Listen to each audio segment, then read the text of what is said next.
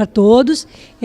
Meu nome é Lucília Machado, eu sou coordenadora adjunta da Divisão de Acessibilidade e Inclusão Sensibiliza UF, que é o setor da universidade que trabalha para implementar a política de acessibilidade na UF. Nós começamos em 2000. Vou contar um pouquinho da minha história rapidinho, só para. Eu sou funcionária da UF. Eu entrei na UF para fazer universidade, para fazer jornalismo em 1978. Eu estou aqui há 41 anos. Entrei como aluna, depois como funcionária, como jornalista.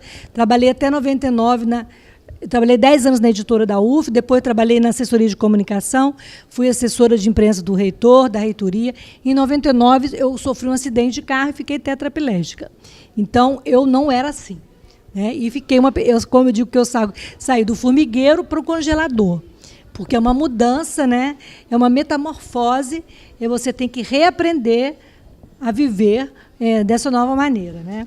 E as pessoas às vezes falam, vai acontecer um milagre. Não, não vai acontecer milagre, a ciência está aí, e você não pode ficar sentado esperando que as coisas aconteçam. Então, quando eu fui voltar a trabalhar, o meu setor é na reitoria, no 8º andar, onde o elevador só vai até o 7º. Então, foi o primeiro momento de exclusão, não poderia trabalhar ali naquele lugar. Então, eu vou no Centro de Artes UF, que tem o cinema, tem a televisão, tem o teatro, não tinha acessibilidade no local. E a própria UniTV, até hoje, né, não tem um local acessível.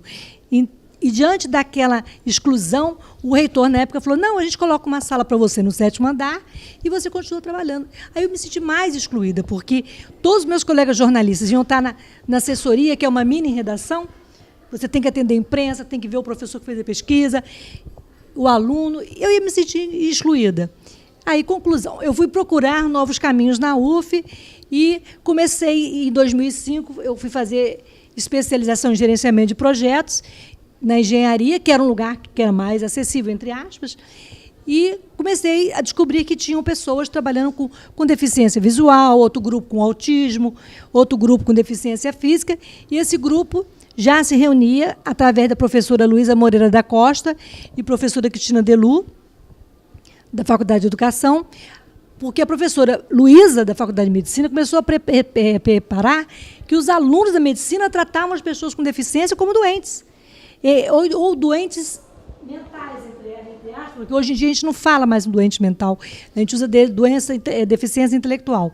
Mas sentou na cadeira, as pessoas já te tratavam assim, te infantilizam. Mas, assim, as pessoas perguntam, no meu prédio, quando eu saio para trabalhar, as pessoas perguntam, vai passear, vai. As pessoas não sabem, não pensam ou não acreditam que você produz, que você estuda, que você é casada. Eu tenho uma colega minha que trabalha no Sensibiliza também. A pessoa pergunta para ela assim, ela já foi casada, o seu marido tinha que deficiência? Quer dizer, a pessoa com deficiência só pode namorar uma pessoa com deficiência. Né? Então, todas essas coisas, a professora Luísa começou a fazer pequenas vivências, botavam as pessoas na cadeira de rodas, colocavam venda nos olhos para a pessoa simular como é que é ser cego no dia a dia. E esse grupo se reuniu e, em 2009, nós conseguimos criar o Núcleo de Acessibilidade e Inclusão Sensibiliza UF, do qual a professora Edna, da arquitetura também, que passou a fazer parte. E nós tínhamos, naquela época, 6 alunos com deficiência. Em 2013, graças ao nosso trabalho de formiguinha, né, porque nós somos o patinho feio da inclusão, porque incluir, né, as pessoas com deficiência, eu já ouvi aqui da alta gestão da UF falar, não agora nessa gestão, em outra gestão, lá vem a Lucília com esses aleijados. Quer dizer, eu que estou aqui há 40 anos, que fui aluna, que sou funcionária, né, e para que você quer que um aluno nosso, que a Edna conhece, o Tiago, ele tem paralisia cerebral e ele entrou aqui na graduação de Física. Hoje, ele é pós-doutor, está fazendo pós-doutorado aqui na Física. O maior CR de todos os tempos da Física, tem o CR9, ele não mexe um dedo. O trabalho dele é radiação de cavernas, de uma inteligência, de uma sagacidade, sabe, que levou e que impulsionou que o Sensibiliza continuasse com as ações de formiguinha. Hoje nós temos mais de 250 alunos, somando graduação, pós-graduação e até ensino à distância, que não lidamos diretamente com eles, né? Mas os alunos, e com a reserva de cotas, criou um novo cenário, porque o aluno Antes, por exemplo, o Paulo, nosso colega ali, Paulo Roberto, que faz serviço social, ele entrou na ampla concorrência. Ele tem deficiência visual. Mas, por exemplo, a partir do 2017.2, como é seu caso, né, Ariel? Você entrou em 2017.2? A colega Ariel de pedagogia, entraram para reserva de cota. É um novo perfil. Esse aluno, ele vem, ele estudou na escola pública, ele, às vezes, tem uma vulnerabilidade econômica e ele vem para um cenário que ele precisa, mais do que nunca, ser acolhido e o que a gente está preocupado é em garantir a permanência desse aluno. Porque não adianta o aluno, por exemplo, como o Paulo, entrar, se chegar aqui e ele não tiver um bolsista que ajude ele a digitalizar o texto, o facilitador no dia a dia. Não é eu costumo dizer o seguinte, não é não bolsista porque ele é um coitadinho, porque eu sou uma coitadinha. Não, ninguém é coitadinho. É porque, para a gente, certas coisas são difíceis. Eu estava falando com ela que meu papel caiu. Então, eu tenho uma cuidadora, mas ela não precisa ficar comigo 24 horas aqui. Então, as pessoas ajudam. Mas, no dia a dia da sala de aula, é bom você ter um colega facilitador, que ele vai permear os caminhos junto com você, ele vai ver crescer junto com você, né? Então, se não tiver... Aí, por exemplo, a UF, em 2013, até 2015, nós recebemos quarta universidade a receber mais dinheiro para fazer obras, para fazer ações de acessibilidade, não obras. Então, o que a gente fez? A gente equipou laboratórios, a gente equipou bibliotecas, fizemos o caminho acessível, que existe hoje aqui no Gragoatá, e está em andamento na Praia Vermelha. Mas tudo isso é muito pouco, porque acessibilidade não é só rampa, não é só banheiro adaptado. Acessibilidade é você garantir ou permitir condições para que o aluno fique na UF, né? Então, eu peguei uma frase bem interessante aqui, do pessoal, segura um pouquinho para mim, da Universidade Federal do Vale de São Francisco, que eu achei muito interessante, que é o seguinte: a inclusão é um processo que vai da portaria à reitoria. É isso mesmo, por exemplo, desde a portaria de entrada, o segurança, ele tem que conhecer e saber quais são as deficiências, ele tem que respeitar mais do que tudo, porque uma das maiores barreiras que nós sofremos, pessoas com deficiência, é a barreira atitudinal, ao preconceito.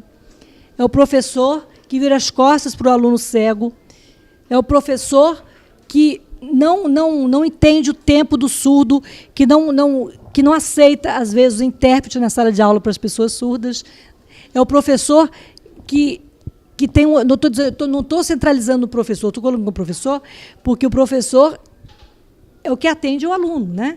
No dia a dia da sala de aula. E, muitas vezes, o professor ele não está sensibilizado, mas tudo é uma questão de bom senso. Nós tínhamos uma aluna, Vanessa, não sei se a Edna lembra, surda, oralizada, ela não usa Libras. Ela fazia química, agora ela faz ciências contábeis. Ela perdeu 3 vezes na mesma matéria. Ela procurou o núcleo, que na época nós éramos um núcleo, hoje nós somos uma divisão, e ela falou, olha, eu perco na matéria do professor porque eu leio lábio, ele usa barba e bigode.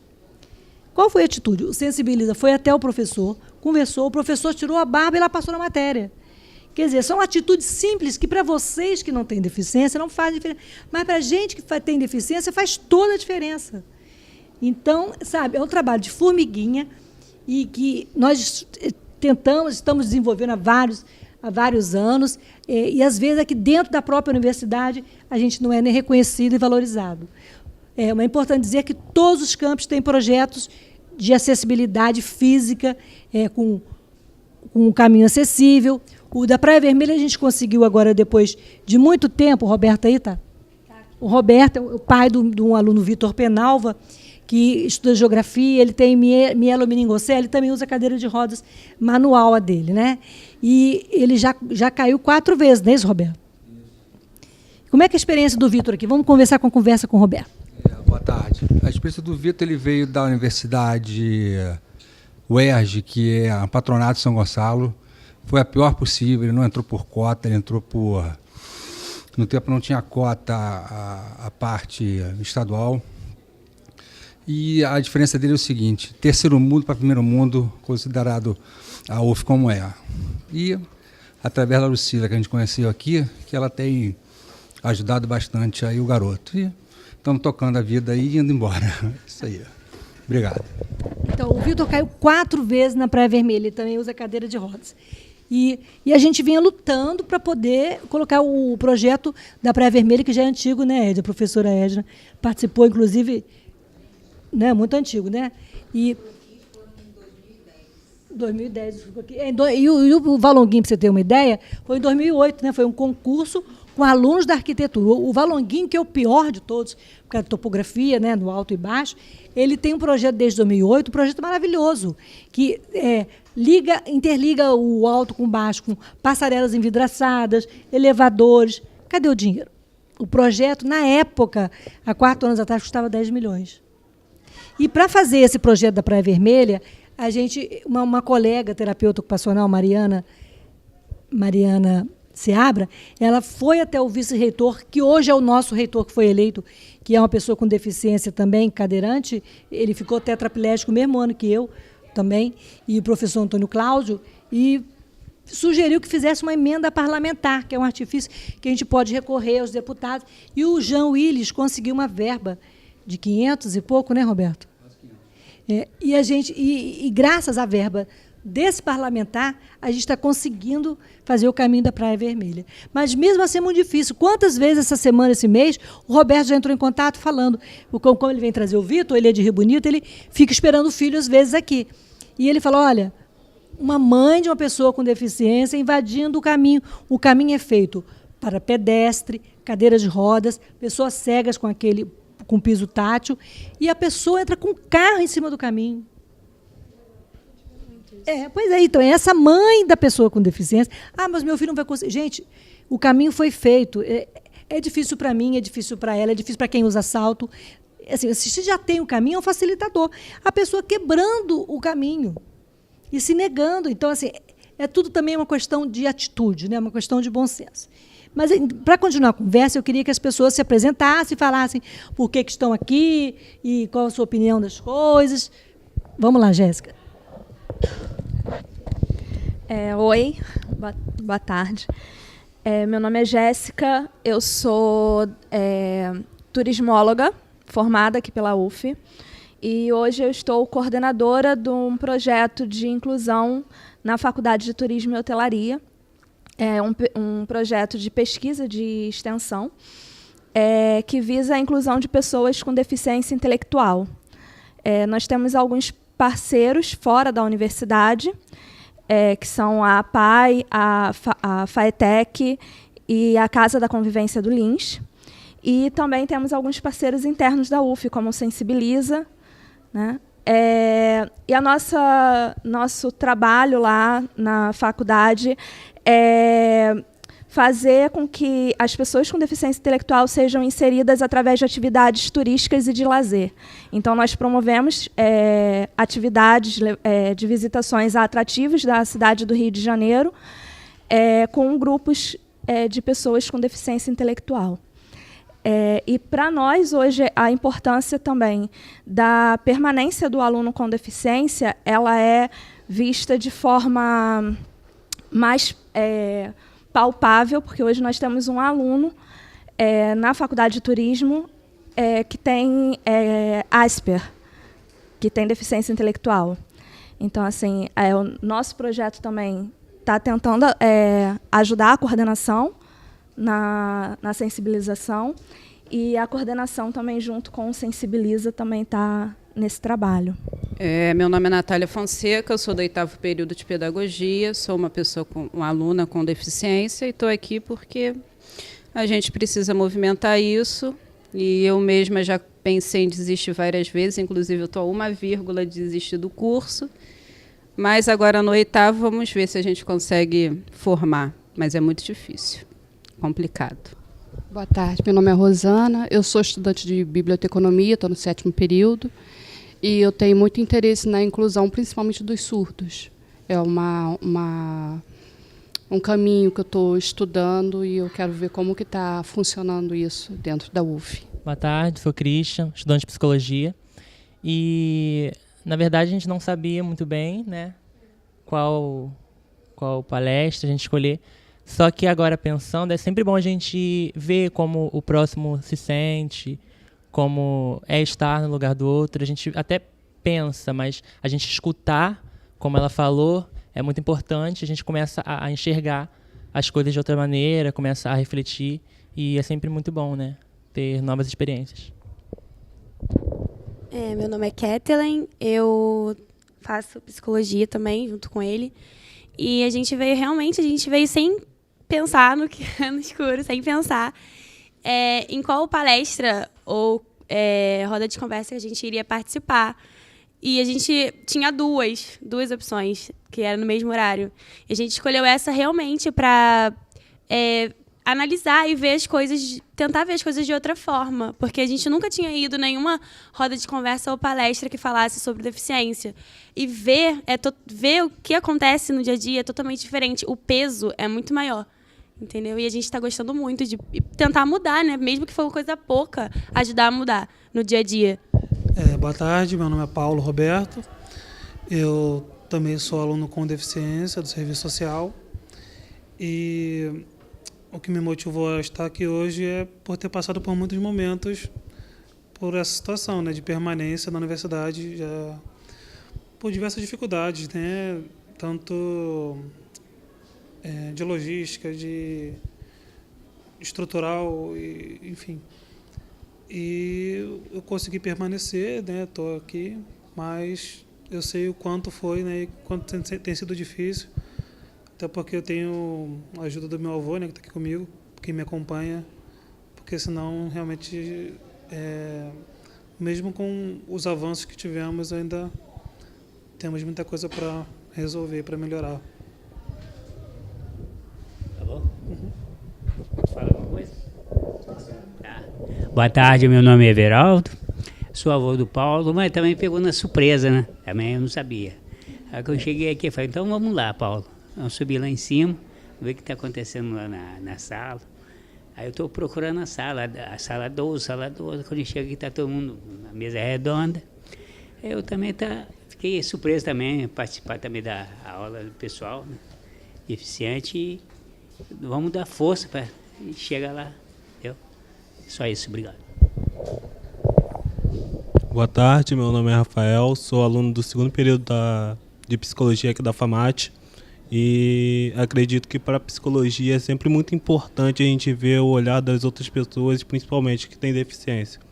A gente tem uma professora que é cega, a Camila, que ela dá aula pra gente de sensação, percepção e memória, e que trouxe uma visão muito mais especial, diferente que a gente tinha anteriormente. Trouxe uma visão que, tudo bem, essa pessoa também sente, essa pessoa também tem a sua visão, e é sempre importante a psicologia olhar para o outro sem o preconceito que está instaurado na nossa sociedade. Boa tarde, meu nome é Brenda, 2º período de psicologia da FAMAT também. E foi como ele falou, a gente chegou aqui mais por causa da Camila, o interesse surgiu por causa dela, né? E aí a gente viu que tinha palestra, uma roda de conversa sobre a deficiência, e a gente veio porque na sala de aula mesmo a gente já tinha várias discussões que criaram interesse.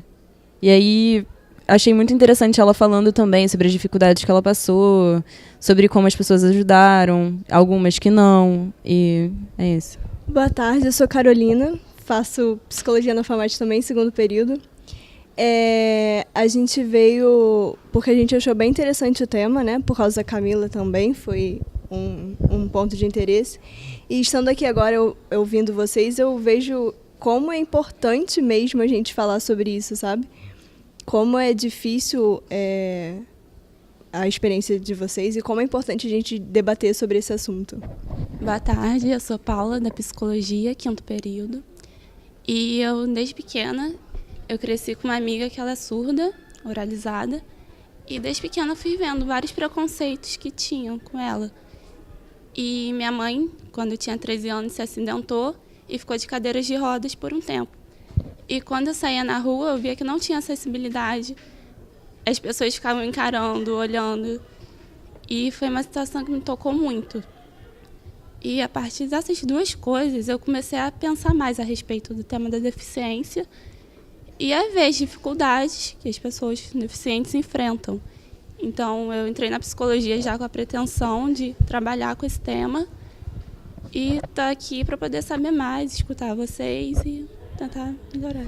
Boa tarde, meu nome é Gabriela e eu estou aqui muito por curiosidade também, mas porque esse período, eu estou no segundo período, eu tive contato com a disciplina de Libras, que a gente discute muito sobre o tempo que leva a mais para uma pessoa com deficiência auditiva se formar.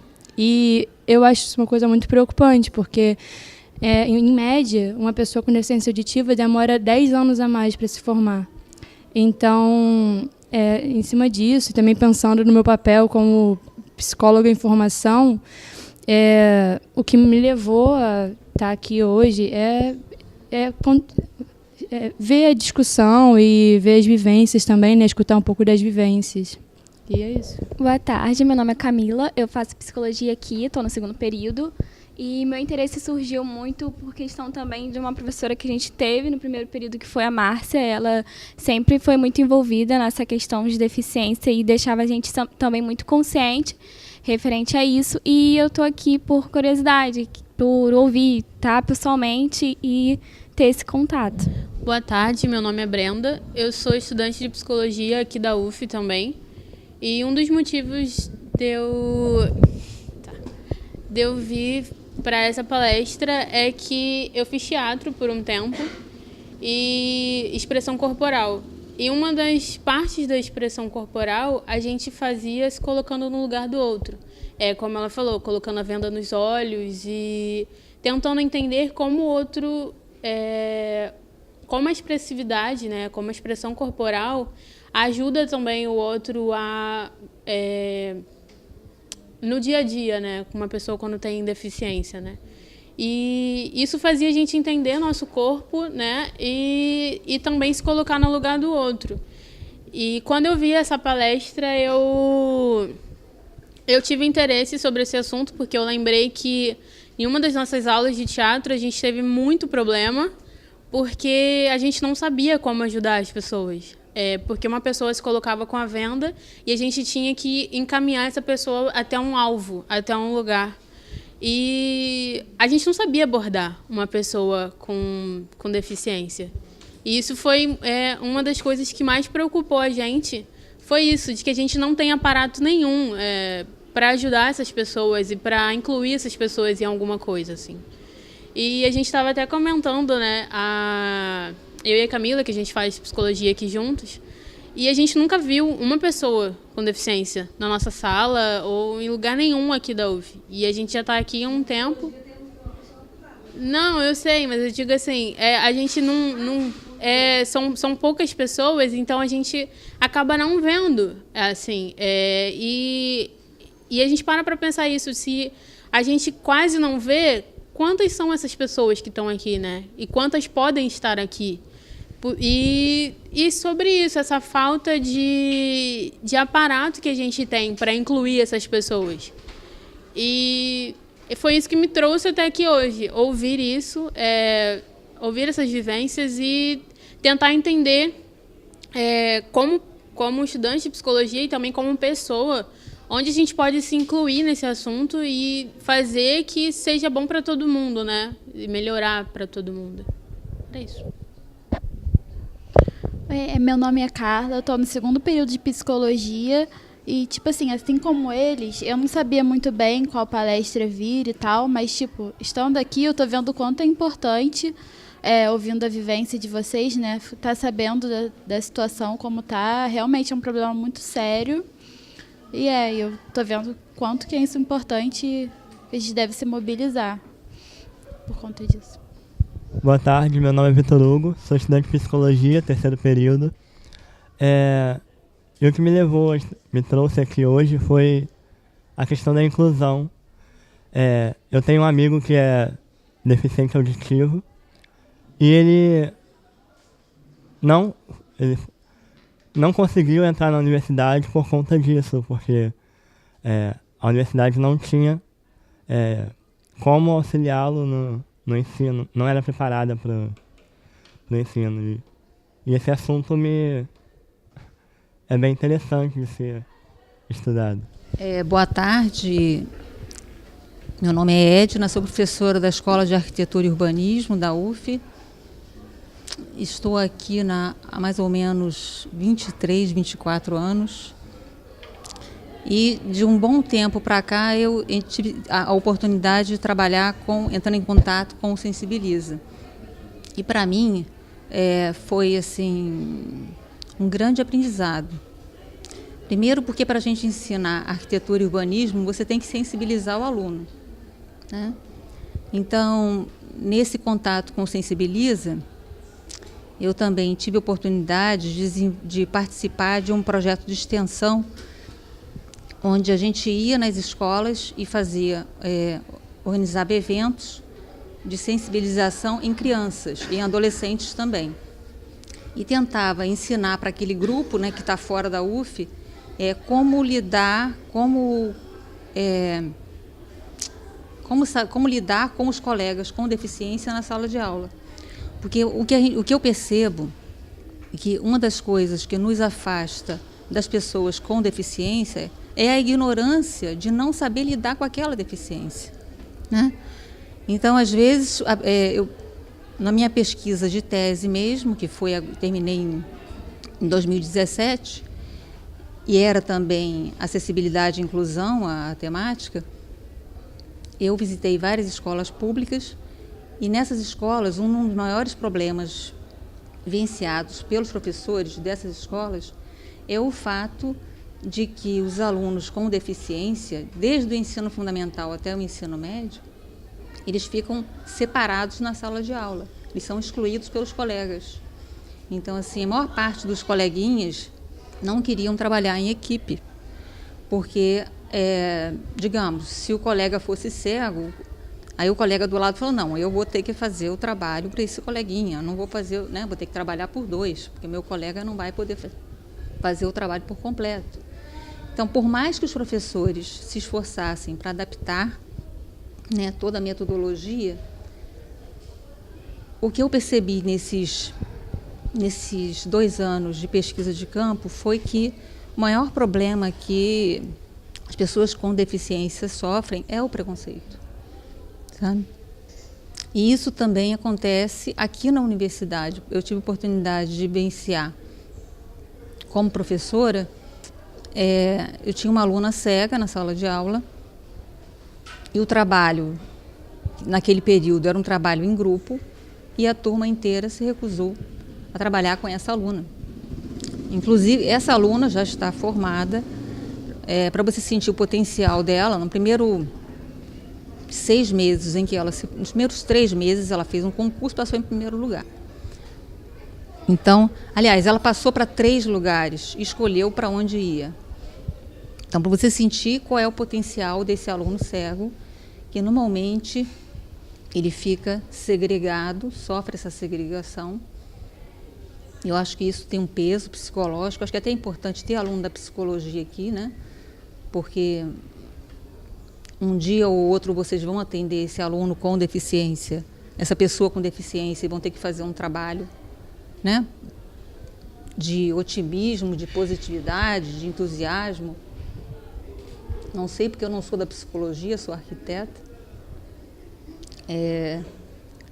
Mas eu vim aqui hoje até porque eu acompanho muito o trabalho do Sensibiliza, né? Sou fã aí da Lucília, fã e amiga. Eu acho que uma das coisas positivas na UF, já que eu tenho essa vivência das outras escolas públicas, a UF é uma instituição pública que está aberta a esse aluno com deficiência, né? E o que depender da divisão de acessibilidade, eu acho que esse processo vai ser finalizado, né? Eu acho que não sei como isso está acontecendo nas outras universidades. Lucília tem uma vivência melhor do que eu em relação a isso, porque ela participou de vários eventos encontrando as outras universidades, mas pelo menos a minha vivência da UFRJ, a UFRJ não atende muito bem os alunos com deficiência, não. Então, às vezes, assim, a gente não tem noção da logística que é, né, Às vezes, por exemplo, assim, existe lá o núcleo de acessibilidade, hoje a divisão de acessibilidade, mas o principal a gente não tem acesso, que são as verbas, né? O primeiro projeto de acessibilidade do campus, eu lembro que eu percorri com um outro professor que também é especialista em acessibilidade, percorremos todos os campos e levantamos todos os caminhos que tinham problema em relação à acessibilidade. Tinham degraus, tinham pavimentos soltos, grelhas soltas, não tinha iluminação.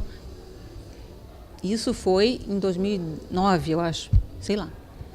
E aí nós fizemos um trabalho, apresentamos para o Sensibiliza, apresentamos para a reitoria, e olha só, e só agora, 8 anos depois, né? Mais, né? 9 anos depois, é que quando eu saí no campus, vi aquela plaquinha assim, obra do caminho acessível, eu falei, gente, nem pensei que isso fosse, né?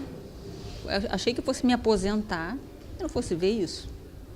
Então as coisas estão acontecendo, mas só quem sabe qual é a luta para chegar a isso, né, é quem está lá na divisão de acessibilidade, que são pouquíssimas pessoas, são, sei lá, 3 pessoas. São 3, agora somos 4 funcionários. Uma assistente social, uma assistente administrativa, né, e com a Gender mais uma assistente social que chegou agora, mas ela se divide em 2 setores. E 4 bolsistas, quer dizer, não temos uma equipe que seria mínima equipe, pedagogo, psicólogo. Então, assim, a UF está caminhando para a inclusão social das pessoas com deficiência, né? Então, eu acho que isso já é uma coisa positiva e que a gente tem que aplaudir, né? Eu não tive a sorte de ver isso nas escolas públicas municipais, tá? Eu vi, assim, um filme muito triste. Até porque eu tinha, assim, na minha cabeça o comparativo do padrão UF, né? Que a gente acha que a UF está ruim, né? Mas quando a gente vai para outras instâncias aí, estaduais, municipais, aí a gente vê que a gente estava numa situação que não é satisfatória, a gente não pode ficar satisfeito com o que tem. Acho que a insatisfação ela é necessária para a gente avançar, né? Mas não é a pior situação, não. Eu não sabia, por exemplo, que poderia ter essa verba como é que é assim, do gabinete. Eu não sabia que existia essa possibilidade. Pois é, eu achei isso fantástico, né? Eu acho que se todos os políticos, né, que a gente votasse, trouxesse, né, dividisse essa verba com a universidade, eu acho que nossos problemas se resolveriam mais rápido, né? Então, a minha intenção, como o meu trabalho é na pesquisa, depois da tese, a minha pesquisa é também nessa área de acessibilidade e inclusão de pessoas com deficiência, daí eu vim para cá para poder, né, aprender com a história de vida de cada pessoa com deficiência, porque quando a gente para ouvir, é a única maneira de você projetar, né, é quando você para ouvir o outro, né, você tem que se colocar no lugar do outro, né? E eu não entrei nessa coisa da acessibilidade à toa, não, né? Eu tive, assim, na minha história de vida, lá uma questão familiar, que eu sou filha de mãe com deficiência, né, de uma pessoa com deficiência. Então, eu tive que lidar com aquelas questões da acessibilidade dentro de casa, né? Uma porta que se alarga, um banheiro com uma barra que tem que colocar. Então, assim, o meu aprendizado, quando eu cheguei na faculdade de arquitetura, eu já sabia muito sobre acessibilidade, ninguém falava essa palavra, né? Porque a acessibilidade foi mudando de nome, né? Está na moda agora chamar de acessibilidade, né? Mas eu acho importante a gente vir para esses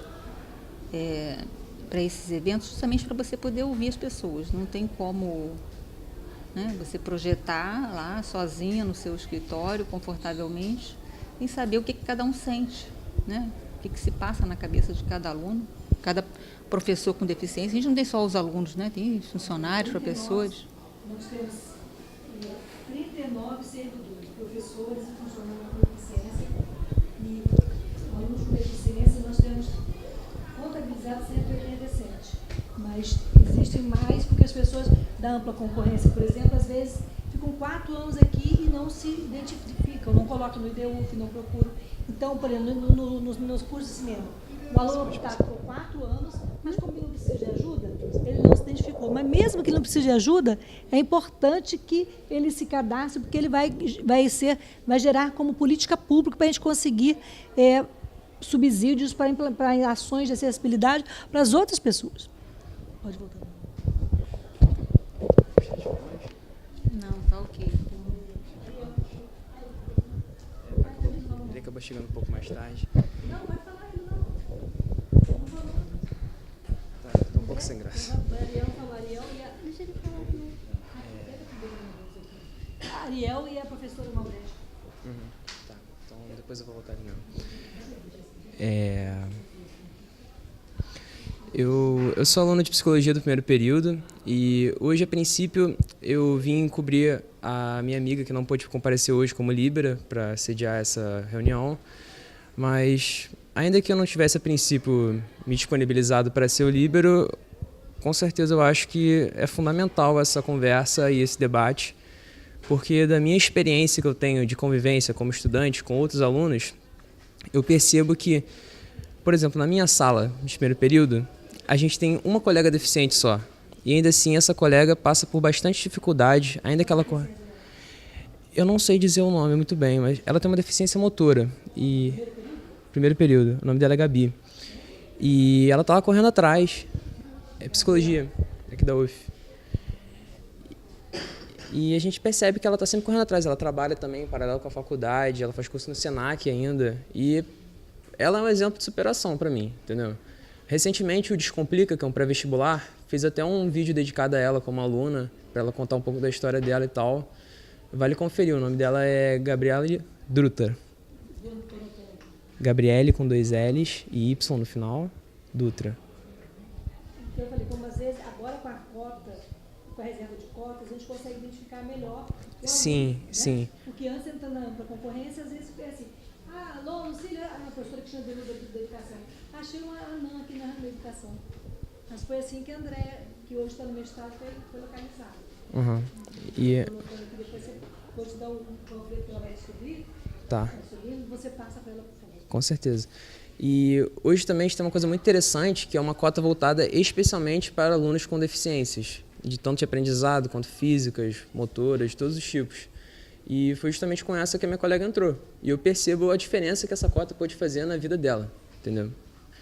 E também eu percebo que a gente tem um pouco que no senso comum, a gente percebe que a inclusão seria uma inclusão só arquitetônica, certo? Que bastaria você incluir uma rampa ou incluir um elevador num edifício ou numa escola, numa faculdade, que isso bastaria para incluir o aluno. O que não é verdade, porque a gente percebe que tem uma inúmera quantidade de tabus em volta desse deficiente, nos mais diversos assuntos, nos relacionamentos sociais dele, e que a gente precisa debater sobre isso. Eu acho essencial que os professores conversem com os alunos da graduação e que eles tenham essa noção. O pessoal aqui falou da Márcia, que é a nossa professora do primeiro período, que ela sempre pega essa questão de qualquer tipo de minorias e... Obrigado. Nas mais diversas causas, e ela alerta a gente sobre essas causas, porque não só na formação de psicólogo, mas qualquer formação de ser humano, é essencial que você tenha esse exercício de alteridade, se colocar no lugar do outro.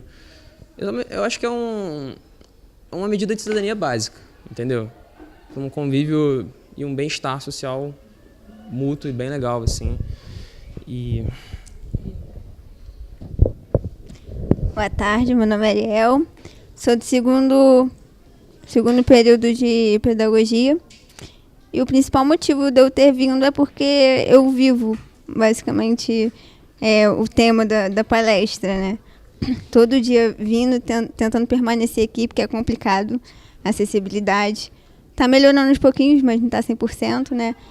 E para quase tudo que a gente precisa, a gente tem que entrar na justiça, é uma coisa que é direito nosso, que está lá a lei, mas é preciso entrar na justiça.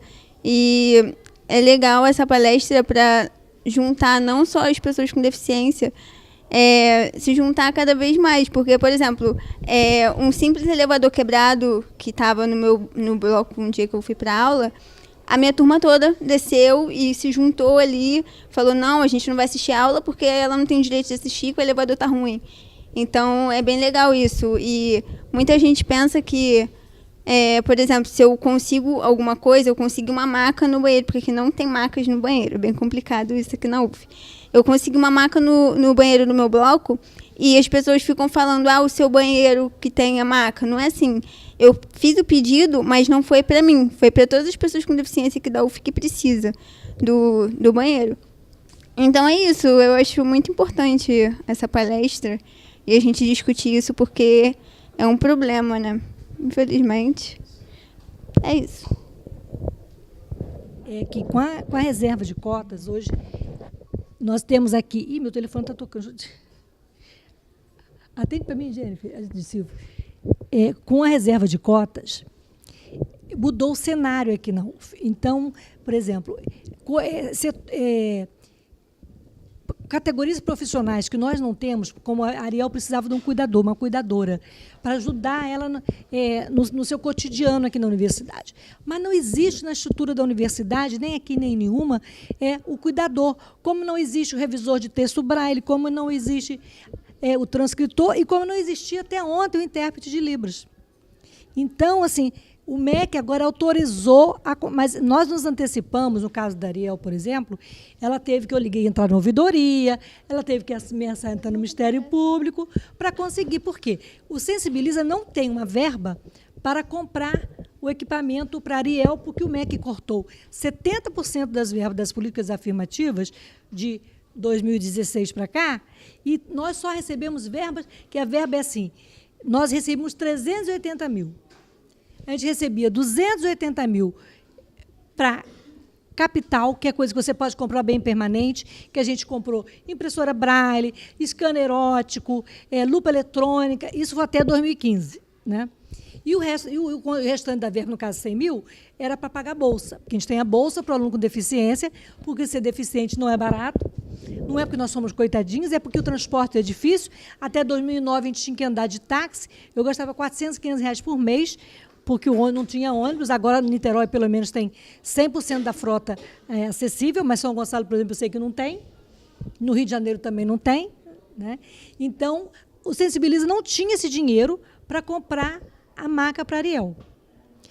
Então, nós começamos a nos mobilizar. A Faculdade de Educação recebeu um dinheiro no ordenamento que as unidades recebem.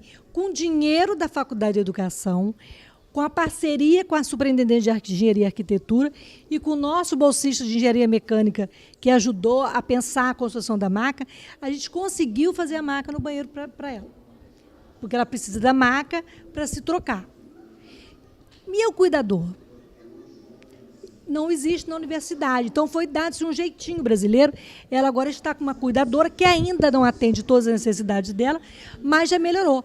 Aí o MEC autorizou a contratação de alguns profissionais para ajudar, para auxiliar as pessoas com deficiência. Só que, assim, o cuidador, todos eles têm que ser nível superior. E nível superior, uma enfermeira não vai querer ser cuidadora. Então, assim, é preciso também que as políticas do MEC mudem e se adaptem à nova realidade do aluno com deficiência nas universidades.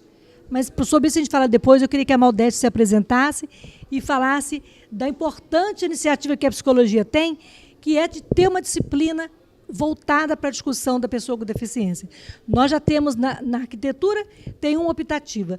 Temos na medicina, na educação, temos na psicologia, temos hotelaria, turismo e algumas outras. Mas o ideal é que todas as carreiras discutam a inclusão, porque a acessibilidade e a inclusão são um caminho sem volta.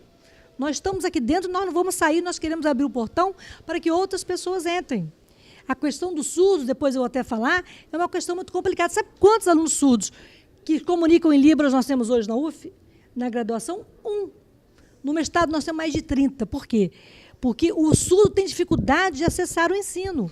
Ele não passa no Enem, porque o português dele é um português diferenciado, ele tem uma cultura surda própria. Aquele oralizado, deficiência auditiva, a gente tem mais de 30, 40, 50. Porque eles comunicam, mesmo assim ele chega na sala de aula, o professor, se tem barba, não quer saber, o professor vira de costas, mesmo aquele que fez um implante coclear, ele tem dificuldade de entender. Então, esse aluno tem que ter um bolsista de apoio e inclusão para facilitar a vida dele aqui. Então, o surdo, a chegada do surdo à universidade é um desafio cada vez maior. Quando a gente teve agora a redação do Enem falando sobre isso, foi muito bom, que abriu o caminho. Mas assim, não basta só isso. Nós temos 8 intérpretes e a UF tem 60 mil alunos. Quer dizer, nós temos 30, 40 alunos surdos. Por Libras temos só 30, como todos do mestrado. Só tem um na graduação. E amanhã, quando eles chegarem, como é que a gente vai ter? A gente não pode viver de apagar incêndio.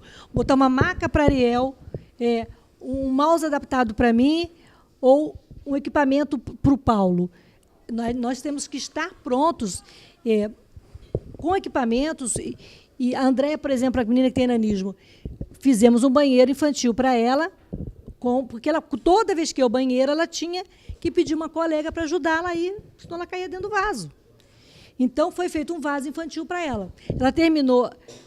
as pessoas quebraram o banheiro da educação, porque viam um banheiro fechado. Sabe disso, Ariel? Soube dessa? Eles quebraram o banheiro da Andréia, feito para a pessoa com nanismo, porque achavam um absurdo aquele banheiro estar fechado. Então, assim, são coisas assim que nos estimulam a pensar, né? E agora a Andréia, por exemplo, está no mestrado, e ela vai fazer outro banheiro, e a pessoa, mas tem que fazer outro banheiro? Gente, é só comprar um vaso e adaptar. Entendeu? Você não tem que botar um banheiro para a pessoa com nanismo em todas as unidades.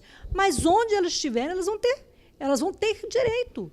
Entendeu? Porque você se sente inferiorizado, pedir uma pessoa para te levar no banheiro. É muito ruim. Eu queria que a Maldete falasse um pouquinho da experiência dela aqui na psicologia e lá na FR também. Gente, boa tarde, né, a todos e todas. Meu nome é Maldete. Eu sou professora aqui da UF, né, do Departamento de Psicologia, mas no momento eu sou estudante da UF. Com muita honra. Eu estou fazendo doutoramento aqui na psicologia com a Márcia Moraes, né, que, aliás, não está aqui nesse momento porque está fazendo uma oficina, né, com um grupo de pesquisa Perceber Sem Ver, que, coincidentemente, né, foi aí coincidiu no mesmo horário, né. Mas, assim, eu faço já um trabalho, né, e é o tema do meu doutorado, que é pensar que rede é essa de reabilitação, né, no campo da deficiência. E fiz uma extensão também, né, durante 10 anos, junto à Associação Fluminense de Reabilitação. E no campo de estágio, tive muito contato com a Lucília, né, e acompanhei um pouco esse trabalho insano, assim, gente. Porque, dadas as condições que são dadas ali de trabalho, eu acho que esse grupo é um grupo assim que, sabe, que a universidade tem que se juntar ali. Eu acho que a gente tem, assim, com essa questão das cotas, uma demanda que vai sacudir essa universidade com novas perguntas, com novas questões, né? A gente vai ter que rever. Isso aconteceu com a psicologia, com uma experiência que tivemos com o ingresso de uma aluna cega, que já se formou, já fez o mestrado, hoje é docente na Maria Tereza. E, enfim, e quando ela ingressou no nosso curso, nós ficamos também assim, agora, como é que nós vamos fazer? O que é isso? Nossa, o nosso curso tem um modo visual de conhecer muito marcado, então a gente precisou rever toda uma prática, né? E com a ideia, isso foi uma insistência da Márcia, eu me lembro perfeitamente na época, gente, não vamos antecipar as necessidades, mas vamos trilhar junto esse caminho com a Camila e junto com ela e pautando isso, né? Eu acho que isso é uma questão assim super importante nessa ideia da universidade, de estar pensando, é o que a Edna estava assinalando, né, com tanta ênfase, de escutar essas histórias também, né, para entender quais são essas demandas, quais são as particularidades de cada história, né, de não tomar a deficiência como um blocão, né? Cada experiência, pelo menos na FR, né, lá na associação, a gente vê muito isso, né?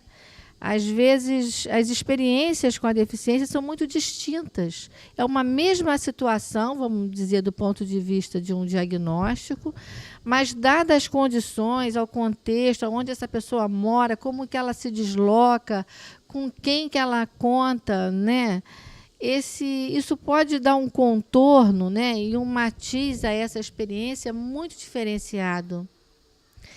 E isso vai sempre contar com essa ideia de uma rede mesmo que na vida compõe, né? Que a gente está sempre precisando aqui e ali de um apoio para poder estar se movimentando de algum modo, né? E outra coisa que a Edna também falou, que eu achei assim, muito importante, que vi ouvindo os alunos lá numa experiência de estágio no Sensibiliza, que é essa coisa da própria turma. Então, isso foi muito relatado, né, pelos alunos, como que os próprios pares, às vezes, eles não reconhecem ali uma possibilidade de estar compondo, né, não no sentido assistencialista, assim, né, mas no sentido de estar inovando aquele modo ali, aquela prática de ensino, né, e aprendizagem. Então, eu acho que começa essa mudança, a verdadeira mudança, a gente até estava falando isso numa mesa essa semana também, na terça-feira, ela vai vir assim, ela vai vir pelas turmas, por essa rede mais horizontalizada, ainda que a gente torce, né, e eu acho que vamos insistir sempre nisso, que a universidade fortaleça suas políticas concretas e efetivamente de apoio a essas ações. Agora, uma outra experiência que eu tive, até como aluna no doutorado, muito interessante, queria falar rapidamente, foi uma experiência com o ingresso do grupo de ações afirmativas na pós, quando entrou as cotas, né, para pessoas com deficiência, indígenas, pessoas trans e negros. Então, assim, essa discussão também de pensar como que essas questões também... O que há de comum nessas lutas, né? O que há de específico nessas... Então, hoje, talvez na graduação, a gente vai ter que também criar um caminho, um modo de estar pensando a deficiência nessa articulação com os outros movimentos, né? Isso foi uma experiência muito rica que a gente teve. Pelo menos para mim, foi assim, uma experiência, nossa, muito enriquecedora, assim, de abrir novos ângulos, né, de estar pensando isso, né? Então é isso, eu acho que o Sensibiliza, com essa ideia, né, de criar essas conexões com as coordenações, com os colegiados de curso, né, de criar, e as pesquisas da universidade precisam estar mais junto com o Sensibiliza, né? Isso é uma coisa que eu defendo muito. Eu acho que as pesquisas têm que chegar ali junto, né? Porque aí os bolsistas das pesquisas também vão estar lá, né? Os estágios, né? A gente teve uma experiência de estágio lá que foi tão boa para os alunos, né? De ter campo de estágio obrigatório ou não obrigatório, o campo da extensão, ter mais articulação da divisão com esse conjunto de ações, né? Tanto na extensão quanto na pesquisa, né? Eu sinceramente, depois que eu tive um pouco, assim, foi um pouco tempo, né? Ali com a Lucília, como é que é o nome da assistente social? Com a Gláucia, com a Tatiana, com os bolsistas, Ivan, né?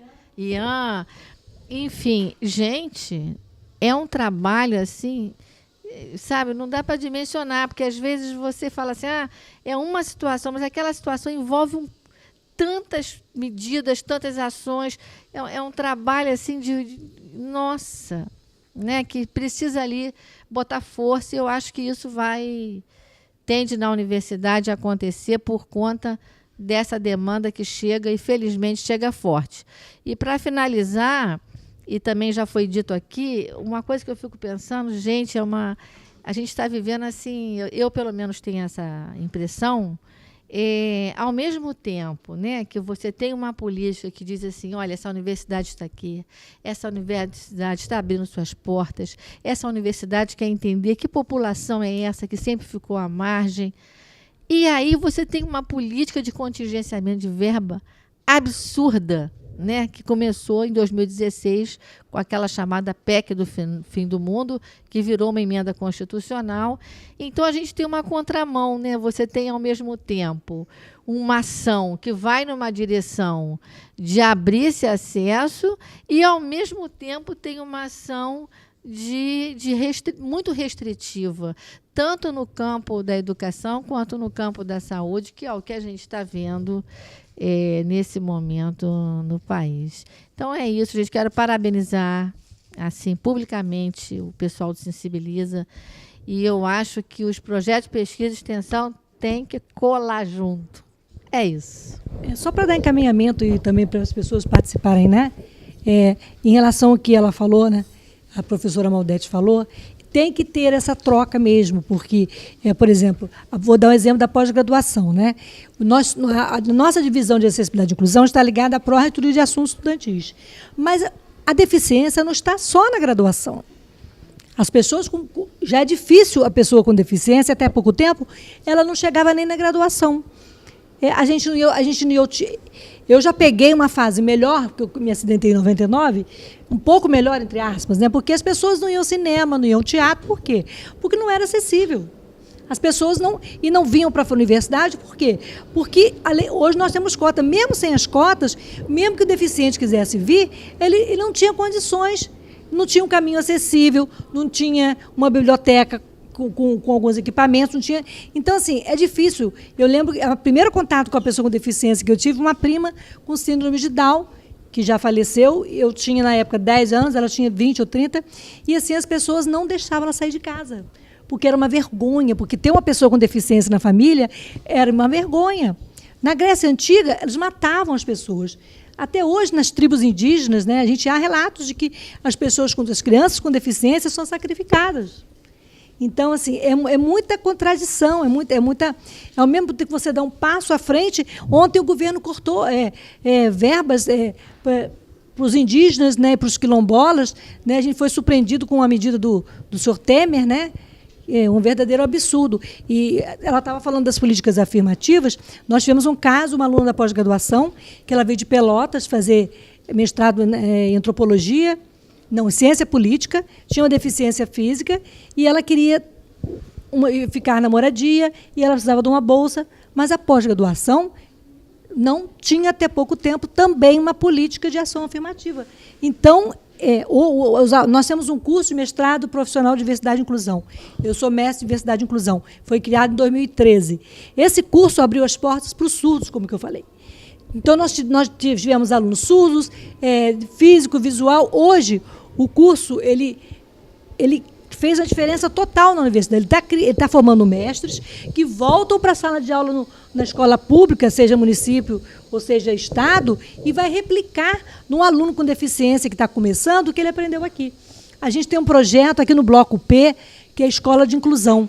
Acontece 2 vezes por ano o Aberta à Comunidade, que é curso de brailles, de libras, de adaptação de material, né? Que, por exemplo, eu preciso de uma. Eu até não trouxe a minha adaptação para escrever.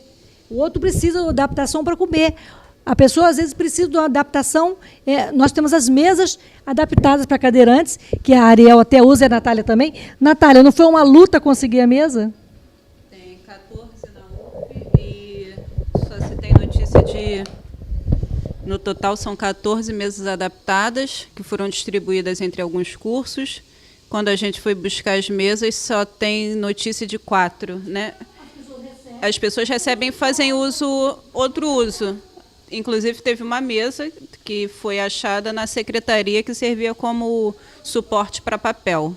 Então, quer dizer, uma mesa... E as que a gente achou, tem 3, eu estou com uma. A que a Ariel está usando era a que eu usava, aí passou para ela, eu estou com outra.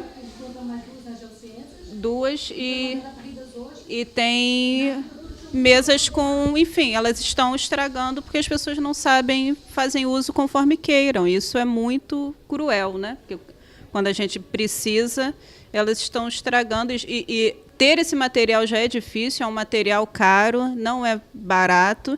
E as que a gente está usando, elas não estão 100%. Elas estão... elas estão ali na gambiarra. Mas, enfim, isso é muito triste, né? Tem o caso dos... Então, quando nós tínhamos dinheiro, ou seja, vinha dinheiro do MEC para a inclusão, a UF recebia dinheiro do MEC e do próprio do PDI, que é o Plano de Desenvolvimento Institucional da Universidade, como fosse o orçamento, né, da UF. Então, esse dinheiro, a gente, até hoje, a Bolsa de Aluno com Deficiência, quando foi criado o Sensibiliza, em 2009, tinham 30 bolsas e 6 alunos. Hoje temos 40 bolsas e quase 250 alunos.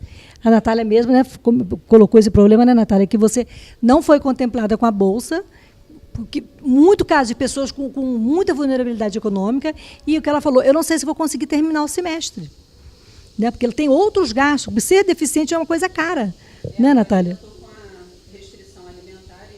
Ela tem que ter uma dieta especial. Eu tenho medicação, faço tratamento na FR, tem uma equipe lá, né? São 4 profissionais que me acompanham só na FR, tem Pedro Ernesto, eu sou paciente do Antônio Pedro também, então assim, é uma equipe, para eu estar aqui eu tenho por trás uma equipe monstruosa, sabe, de profissionais, e tem muito custo, só de alimentação é um absurdo. Então, por exemplo, o bolsista de apoio à inclusão, só pessoas com deficiência visual entraram agora 12, não é isso, Jennifer? 12, né, que entraram agora com pessoas com baixa visão ou cegueira. Então, esses alunos vão precisar, além do bolsista de apoio à inclusão, que vai trabalhar na digitalização dos textos e nesse aparato, eles vão precisar também do equipamento. E o equipamento que a gente comprou em 2015, que é o que está aí até hoje, ele não vai atender a todos esses alunos. Então, por exemplo, um aluno que entrou, que tem baixíssima visão, ele está entre a cegueira e a baixa visão. Então, ele não sabe braille totalmente, não tem o domínio do braille e nem o domínio da técnica. Ele está no meio... Então, ele precisa de um apoiador e ele precisa do equipamento. Mas o equipamento que é bom para o Paulo, por exemplo, que é o scanner óptico que vai ler, que vai digitalizar para ele, ele não consegue usar sozinho, ele precisa de um apoio. Então, onde a gente está fazendo? O que a gente está fazendo? Trocando o equipamento de um lugar para outro para poder atender o aluno. Então, por exemplo, tem um equipamento desse lá na Faculdade de Direito que atende o aluno cego Otávio, né, que inclusive é um aluno estrangeiro, que entrou pelo programa do aluno estrangeiro. A biblioteca da Faculdade de Direito fica próxima ao IACS, ali no Ingá. Então, o equipamento que está lá também vai servir o aluno do IACS. Que a gente tem que fazer, a gente está mudando, fazendo transferência de equipamentos para poder... Mas, quando você, às vezes, tira de um lugar, você deixa de atender o outro aluno. Né? Então, com a falta de verbas e com a falta de estrutura do setor e da própria universidade, a gente está tendo que fazer milagre. Então, a gente bota a marca lá para a Ariel, mas a Andréia, por exemplo, compramos bebedouros acessíveis em 2015. A Andréia se formou ano passado. 2 meses antes da Andréia chegar, o bebedouro foi instalado. Mas foi comprado em 2015. Mas como? Porque até comprar, até chegar, patrimoniar, distribuir, instalar, descontando, ninguém acredita. Então, assim, a burocracia e a falta de vontade política também emperra em alguns setores. Por isso que não adianta, é o que eu falei, a inclusão tem que começar na portaria. Eu achei essa frase ótima, Maldete, quando eu falei, você não estava aí. Uma colega da Universidade Vale São Francisco, que teve em Natal, num congresso de educação superior, falou, a inclusão começa na portaria até a reitoria. Entendeu? Porque o porteiro, se você perguntar, onde é que acessibiliza? O que é isso? Ou se ele já olhar atravessado para a nossa cadeira, né? Quer dizer, a gente vai entrando, as pessoas pensam que você é um ET. Aí a minha amiga falou, quando entrando no elevador, a pessoa ficou olhando e falou assim, é de nascença e pega. Brincando, você tem que ter um bom humor para lidar com a situação, não é? Porque a quantidade de piadinhas que a gente ouve no dia a dia, né? Vai pegar o táxi, a cadeira vai? Não, sentei só para chamar o táxi. Então, assim, assim, você tem que ter bom humor. Então, né, Paulo, às vezes as pessoas querem ajudar, né? Eu vou atravessar a rua, começa a gritar, ei, você quer ajuda? Ele não é surdo, ele é cego. Né? Então, até por conta disso, a gente está... uma ideia da colega Glaucia, lá do Serviço Social.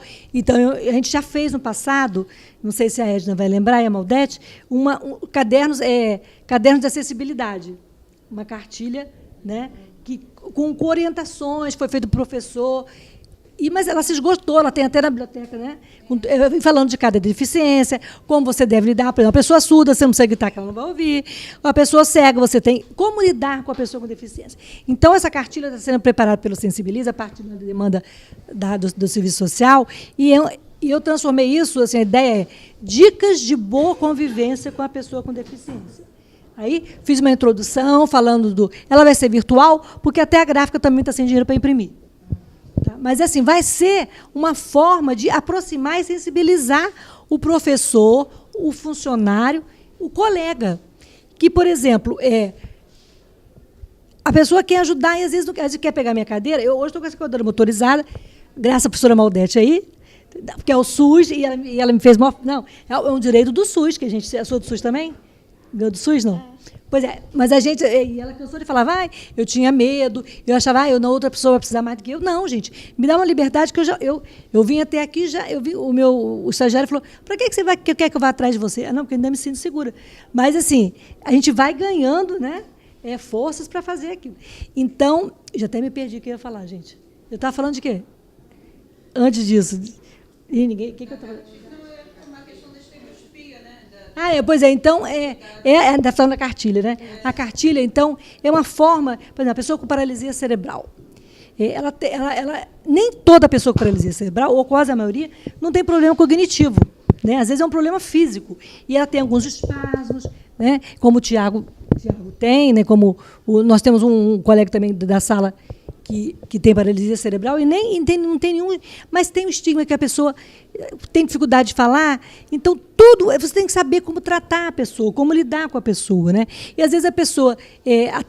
existe até o surdo e o autista. Muitas crianças surdas foram tratadas como autista. No mestrado, eu tive uma aula e tem uns filmes ótimos. Meu nome não é Jonas. Não é aquele filme brasileiro com... É um filme, meu nome é Jonas. Sobre a história de um menino surdo, que ele foi internado numa clínica psiquiátrica, e porque ele era surdo e a mãe pensava que ele era autista. E naquela época, assim, por ele tentar fazer gestos, não existia Libras, amarravam a mão dele. Então, assim, é uma longa história, desde os primórdios até chegar aqui hoje, né? Então, assim, essa cartilha é uma forma também de chegar mais perto do professor, porque ainda há, por parte de alguns professores, não é só professor, estou usando professor, porque aqui é o nosso, né? O principal, o ator, um dos atores principais da nossa vida. O professor que não quer, e não sabe, e não deixa que a inclusão aconteça. Existe isso, não é? Você... Comigo é o inverso, porque as pessoas vão falar, nossa, mas você parece tão normal. Eu não sei, precisava nascer uma outra cabeça, eu não sei qual é o padrão de padrão normal. Entende? E aí é uma questão da estereotipia, né? Porque dentro da própria deficiência você tem as estereotipias. Então você precisa estar ou na cadeira de roda, e a cadeira de roda não basta, você precisa estar na cadeira de roda, não falar, precisa, sabe, você tem uma lista de pré-requisitos e para chegar a uma classificação de pessoa com deficiência, e essa classificação é sempre para uma coisa ruim, para incapacidade, né? Porque a nossa sociedade ela é pautada numa produção. Né? A gente é um sistema de produção. Então, assim, a pessoa com deficiência é vista como aquela que não pode produzir. Se você não produz, você não tem um lugar dentro da sua sociedade. E aí você fica nesse limbo, e aí tem o outro lado, que é o meu caso. Nossa, mas você nem parece. Eu ouço muito receita de ervas. Toma um chá. Tão nova, você já está assim. Mas se você... Olha, eu tenho um chá maravilhoso que, se você tomar, eu tenho certeza que você vai amanhecer bem. Eu conheço pomadas, enfim. São essas milagres. Ora, muita prece, né? Muitas vezes, na minha igreja, você vai levantar essa cadeira.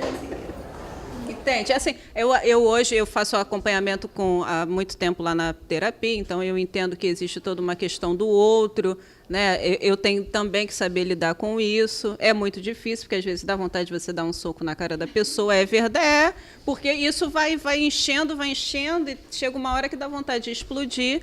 Mas eu entendo que o outro tem essa vontade de querer ajudar, e a cartilha vem, né, é muito boa para isso. Eu sei que quer ajudar, mas a gente precisa ter um pouco de tato, né, de perguntar, porque eu aprendi isso, de você tem que perguntar sempre, né? Eu posso te ajudar?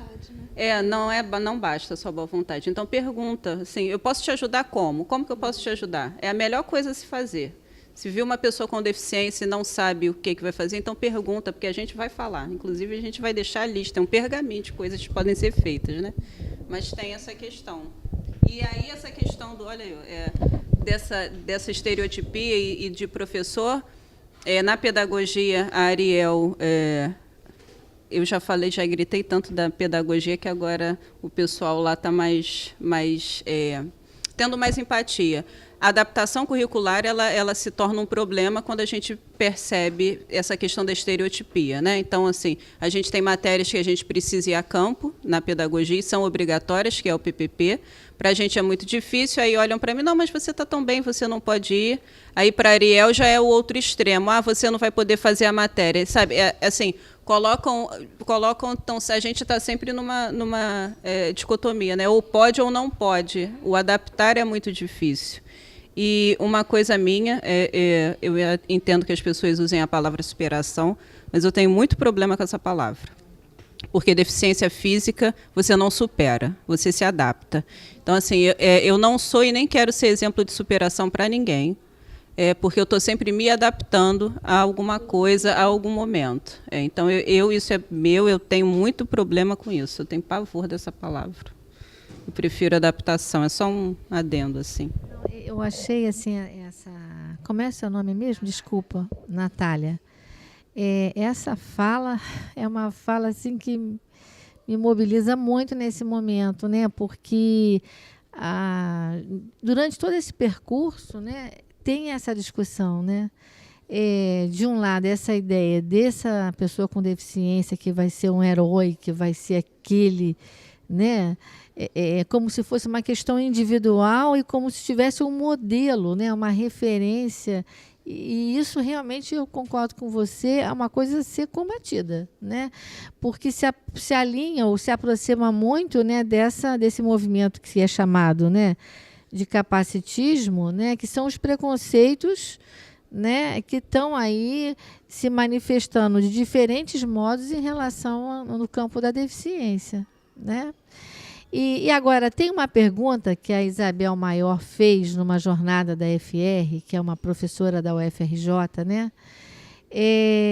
Já há alguns anos, e essa pergunta está atravessando assim, todo o meu percurso, né, de trabalho formativo, e é muito presente. Essa semana mesmo, eu e Márcia estávamos conversando sobre isso, que é o que contorna esse campo da deficiência, que é uma questão da UF hoje, né?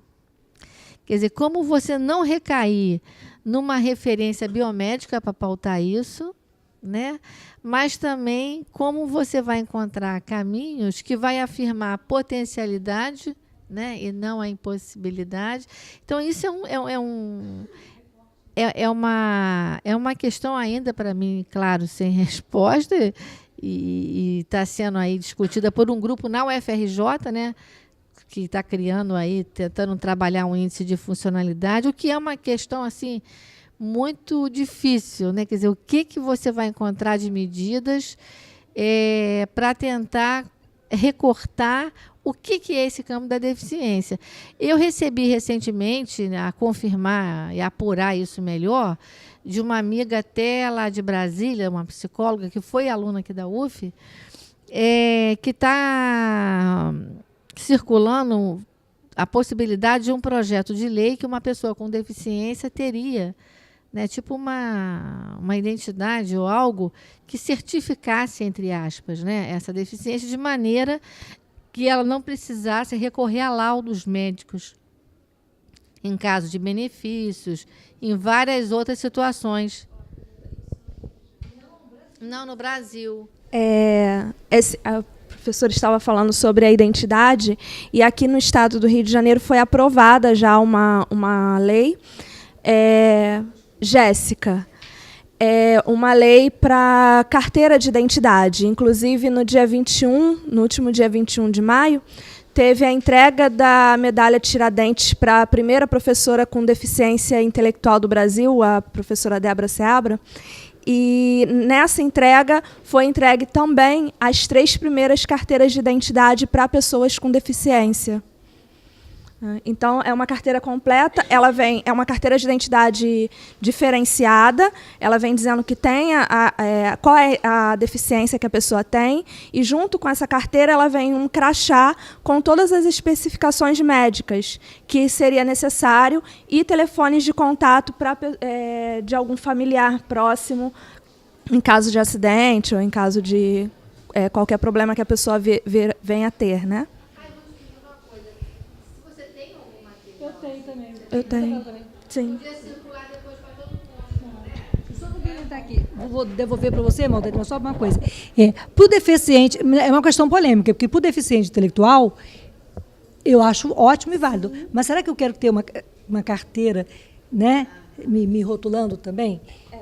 Por exemplo, ontem nós estamos lá discutindo a carteirinha da UF, a Glaucia mesmo teve a ideia, e a gente conversando, de ter na carteirinha da UF alguma tarja, alguma coisa, falando que você é deficiente, que a pessoa tem uma deficiência, porque ela poderia entrar. Porque eu e ela entramos num bandejão, não precisamos fila. Outro dia até ela estava na fila, eu falei, está na fila? Não, estou por causa dos amigos. O surdo, de repente, ele não vai querer dizer que ele é surdo. Então, assim, é polêmico. Aí nós ficamos pensando, né? Aí teve um aluno lá que ele falou, poxa, vocês podiam fazer uma carteirinha. Será que a pessoa quer? Nós estamos nessa polêmica, a gente tem que ouvir. Nada sobre nós é nós. Nós temos que ver. Você quer a carteirinha? Você quer, Natália, carteirinha? Eu acho que burocraticamente ajuda, porque, por exemplo, a minha síndrome é genética, ela não vai mudar. Isso. Mas toda vez que eu tenho que entrar com o processo, eu preciso atualizar meu laudo. Que ele vai fazer todo aquele processo de pegar laudo. Os benefícios. Também. Benefício, Detran, enfim, o que quer que seja que eu precise apresentar um laudo, esse laudo ele precisa ser atualizado. Mesmo a minha síndrome sendo genética, ela não vai mudar. Então, assim, um laudo que eu tenho de 2014 é o mesmo laudo de 2018. Ele não muda. O que pode mudar são algumas alterações, né, algumas intercorrências, enfim, o que é chamado de secundária. Mas o CID primário ele não muda. Mas, ainda assim, eu preciso passar por toda aquela burocracia para atualizar laudo e a mesma coisa. Então, talvez uma carteirinha de identidade nesse sentido burocrático seja um adianto, né? Ele adianta a vida. Agora, numa perspectiva social, sim, ele segrega. E aí você tem esse... Mas eu depois de entrar na UF e fazer esse movimento todo, eu ainda prefiro ter uma segurança burocrática. Então, eu prefiro a carteira. E o social a gente vai fazendo piada. É verdade. Então, assim... E a Lerião. Então, olha só, eu acho que então é nada sobre nós sem nós, e cada aluno uma demanda, de repente. A Natália acha que é viável, que é legal a carteirinha. O outro aluno pode achar que vai... Então, assim, eu acho que pode até ser opcional. Então, por exemplo, esse caso, eu coloquei o caso da carteirinha aqui, que eu achei muito oportuno, pelo seguinte, a gente tem com a ideia de estar querendo incentivar os alunos que criem um coletivo, né? Um coletivo de alunos para que eles sejam aliados do Sensibiliza ou de outros órgãos que trabalham e que militam com a inclusão, para trazer as questões e para também serem representados. Porque, por exemplo, eu sou uma pessoa com deficiência, hoje eu estou lá, amanhã muda. Né? Assim, eu já sou aposentada, hoje eu estou lá, mas eu acho que as pessoas com deficiência têm que estar na ponta dos movimentos. Então, assim, nada sobre nós sem nós. Então, por exemplo, esse grupo, né, de alunos e sabe que tenha direito a voz e voto no conselho universitário, entendeu? Que leve a voz, que leve as reivindicações dos alunos com deficiência, porque a gente carrega, a gente tem, mas o peso dos alunos vai ser vai ser fundamental para a gente encaminhar determinadas questões. Não é, Natália? Então, eu acho que a gente pode sair daqui hoje... Já criou o nome? Fala aí. Fala falar não, porque depois a gente faz uma festa. Eu gosto de, eu quero comemoração, gente. Então, já temos três alunos aqui, já são do coletivo aqui. O Paulo, Ariel, a Natália, o Otávio, que é um aluno que é articulado, esse aqui é o aluno estrangeiro que... Teve uma roda de conversa com o Paulo em tempo, e aí tinha a Camila Alves, né? Tava uma pessoa do movimento indígena, e outras pessoas de outros movimentos. E isso foi comentado, né? Em algum momento, do quanto que esse movimento, né, ainda que exista, tem até um documentário, né, o movimento das pessoas com deficiência no Brasil, que conta a história, né, das convenções, mas assim, se falou como que na universidade, em outros espaços, como outros movimentos ganharam tanto corpo, né? E por que esse movimento também ele não pode ser fortalecido, né? Ser mais combativo, né? Nessas lutas. Achei fiquei muito contente aqui com essa. A gente viu aí pelo histórico da Lucília que por mais eficaz, né, e amoroso seja o trabalho do Sensibiliza, né? Que o nome já diz, Sensibiliza. Realmente falta esse apoio, né?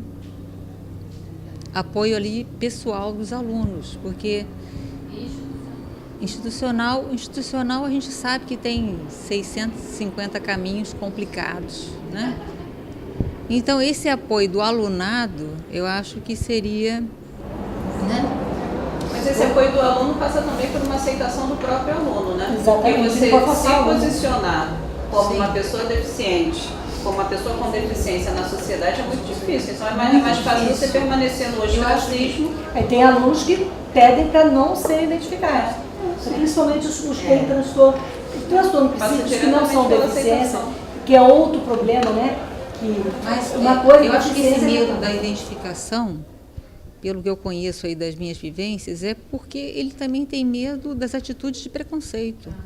E se escondendo, ele foge desse tipo de atitude na sala de aula. Então, ele prefere não se declarar, né, pessoa com deficiência, né, ou não se declarar, sei lá, com transtorno tal, né? Até porque os nomes, olha os nomes das doenças, transtorno de, né? Na pedagogia tem alguns alunos que têm, e eu sei, não falo, né, mas eles não querem de forma nenhuma. Ele tem dislexos, tem Asperger, não falam. Pois é. Aí repete matéria, fica naquele ciclo. Gente, eu vivencio isso na minha casa. Eu tenho uma filha com dislexia e ela não se declara. Então, ela já perdeu 2 anos na escola, já troquei de escola, e ela falou, não conte para ninguém, porque se minhas amigas souberem, elas não vão querer sair comigo, vão achar que é uma doença perigosa.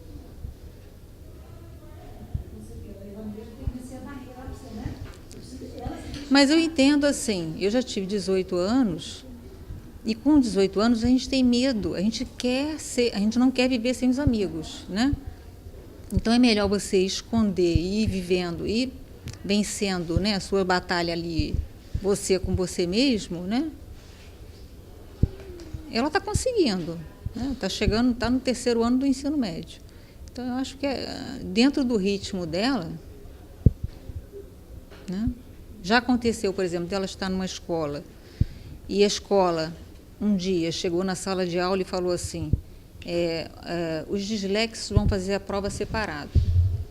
Ela não conseguiu fazer a prova, ela começou a chorar, porque todo mundo olhou para ela assim, você é isso?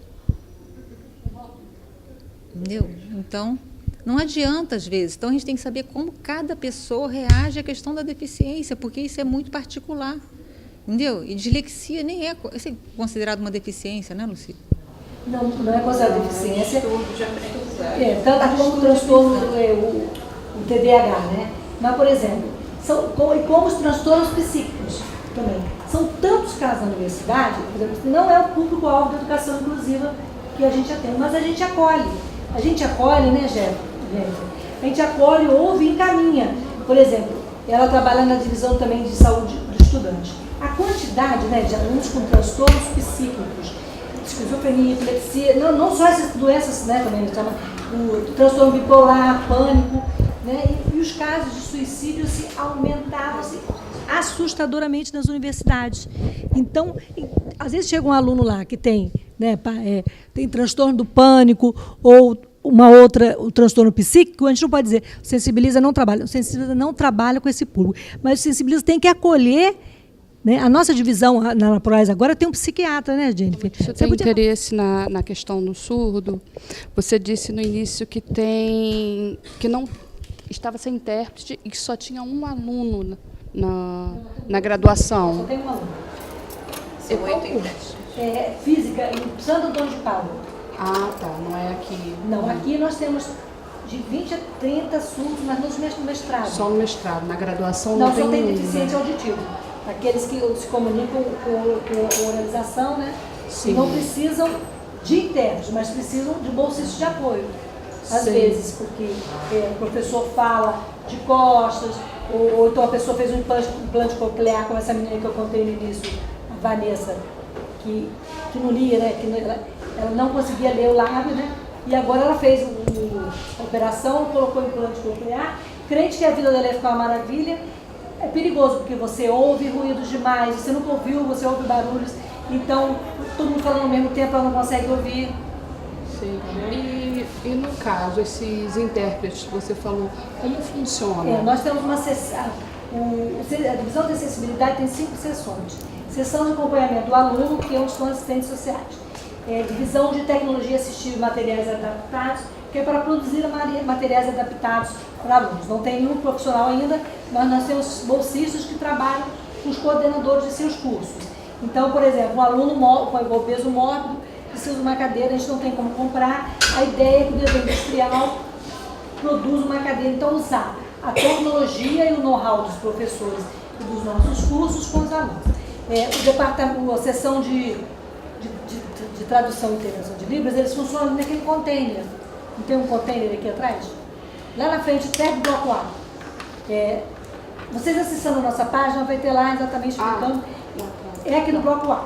Então, eles traduzem todos os eventos, atividades, aulas, exposições, né? Mas eles têm um regimento que você tem que pedir 5 dias antes, porque são 8 pessoas, e cada aula, por exemplo, ocupa 2 intérpretes no mínimo, porque eles têm que se revezar, né?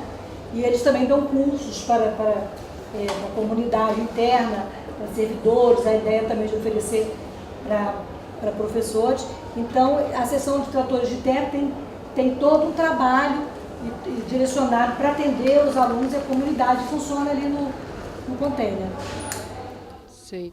Você acredita que não tenha mais surdo na graduação por conta de não ter mais intérpretes? É difícil. O aluno, não sei se tem alguém que é especializado em surdez, mas a Maldete pode também saber disso também. Né? A cultura surda, o aluno surdo, ele tem dificuldade de aprender o português. Então, por exemplo, ele fazer geralmente ele não passa na redação. Então, assim, as universidades particulares têm muitos surdos. Por quê? Porque inclusão joga na sala de aula e dance. Não, as universidades públicas têm essa preocupação que você tem que ter internos no mestrado, nós temos problema. Nós estamos fazendo mestrado e o intérprete fez um curso para nível médio.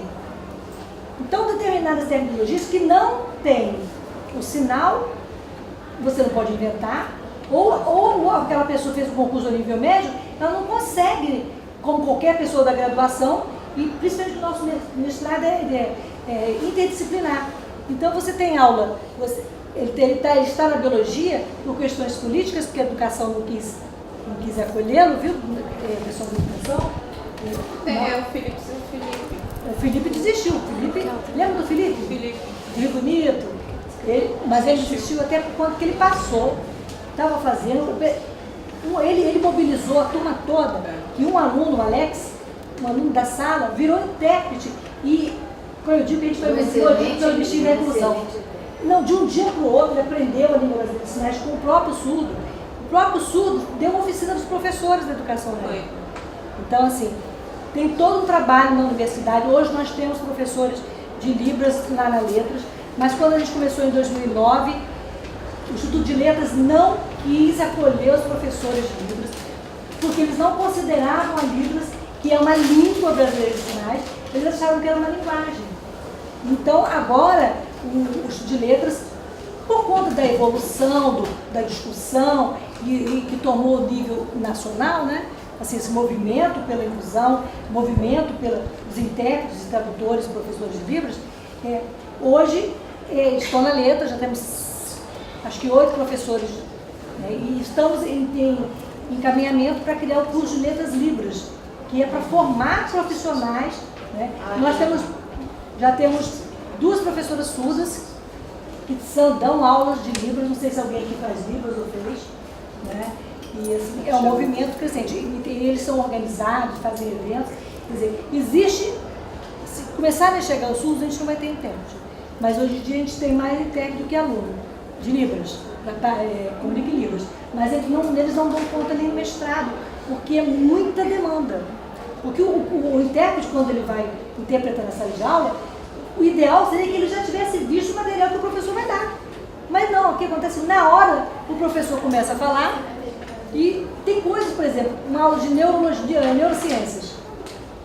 O intérprete que fez pedagogia ou que fez um outro curso qualquer, ele não vai ter competência, não é nem que ele não tenha capacidade, ele não tem conhecimento suficiente, entendeu? E Libras não é tradução, as pessoas língua é uma língua. Acham que Libras é a tradução do português, não é. É outra coisa. Língua é uma língua brasileira. Libras é uma coisa, português é outra. Então, é por isso que se chama intérprete e não tradutor. Eu acho que é legal depois a gente fazer uma roda de conversa, né?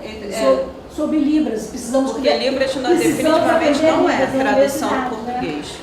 Não pode chegar, esse é o primeiro erro que se comete, achar que Libras você está traduzindo o português para uma linguagem de sinal, e não é isso, não é. Gente, o tempo está terminando, eu queria só que as pessoas que estão com as vendas saíssem dessem uma volta e fossem até lá embaixo, e também queria um voluntário para ir na cadeira de rodas. Quem se habilita? Você não pode não, Natália. Brincadeira. Minha mãe é deficiente visual, então se eu botar também vai roubar, já sabe o que é, né? Quem é que vai na cadeira de rodas? Ninguém? Vou apontar um então, hein? Não, essa aqui não vou levantar para você sentar de jeito nenhum. Cadeira, tá aí, Silvia? Cadeira? Essa menina que está do lado da Natália chegou por último, não se apresentou, chegou por último e ela vai andar na cadeira de rodas. Que se apresente aqui.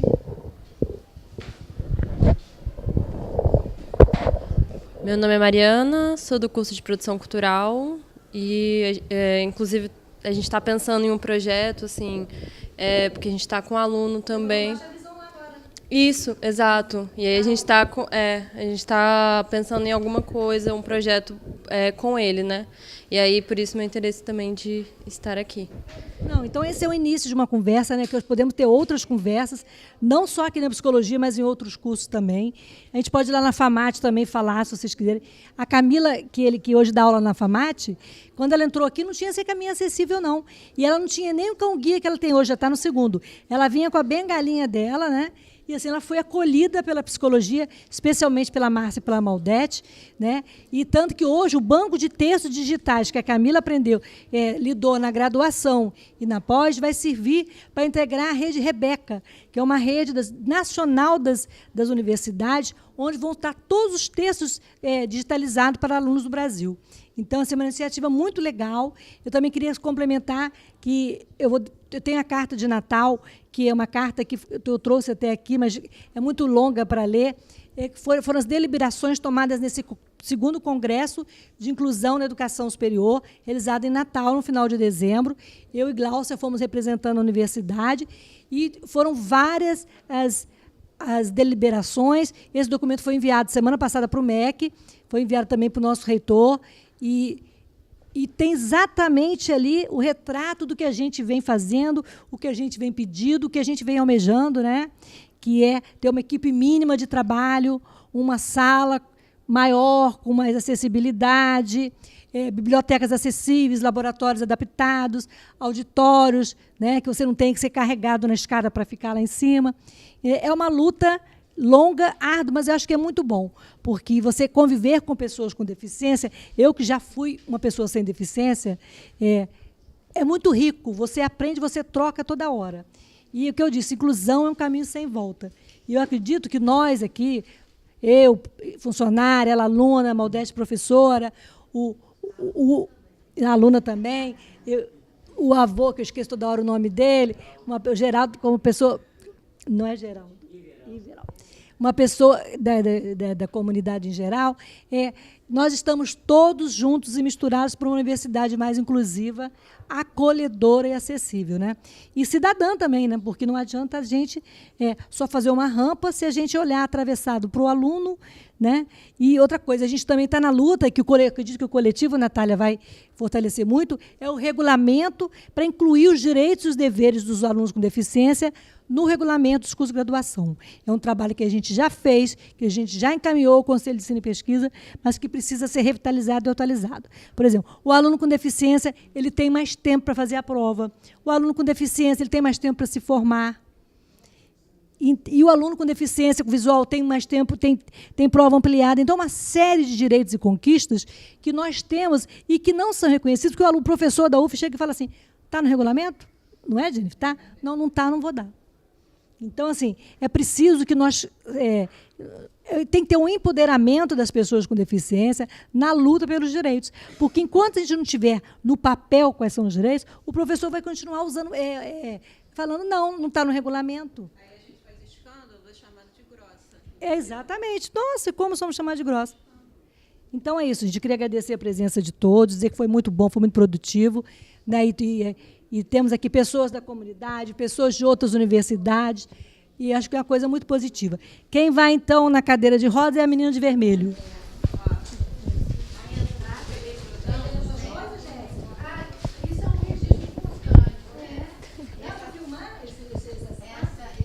Lá embaixo não, mas você saiu da sala.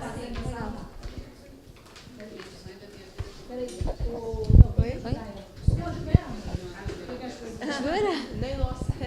Não, eu sei que não.